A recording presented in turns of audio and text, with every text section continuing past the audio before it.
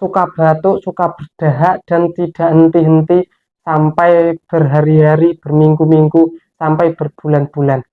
Kamu bisa mencoba melakukan pemijatan secara mandiri di rumah ya, yang biasanya saya lakukan.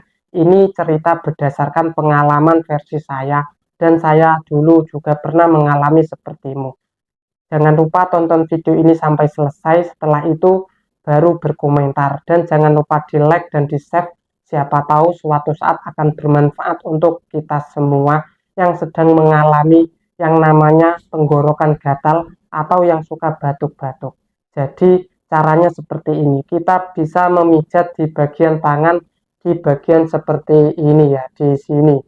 1, 2 di sini. Nah, untuk tekanannya bisa ditekan seperti ini 3 kali ataupun 10 kali ataupun 10 menit juga bisa di setiap harinya. Bisa dilakukan sebelum tidur ataupun setelah bangun tidur.